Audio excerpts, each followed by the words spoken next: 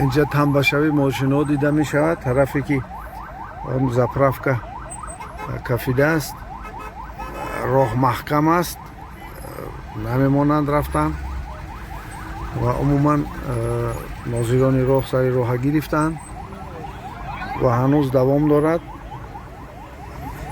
این دود سیاهی با آسمان پیچیده،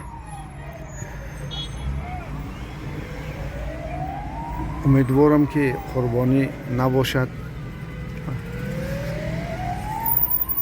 و به هر حال احتیاط لازم است. سلامت و سربلند باشید. خدا نگهبان.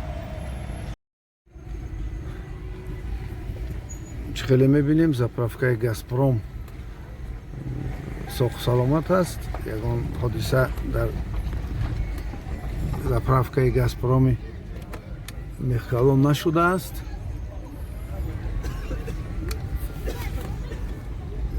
فقط این واقعه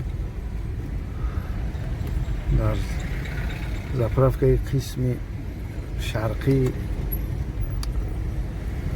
درست‌تر از غربی مخکالون رخ داده است. معلوم نیست که این کدام زاپرافکا هست، ولی به هر حال دود سیاهی اون هنوز نمودار هست.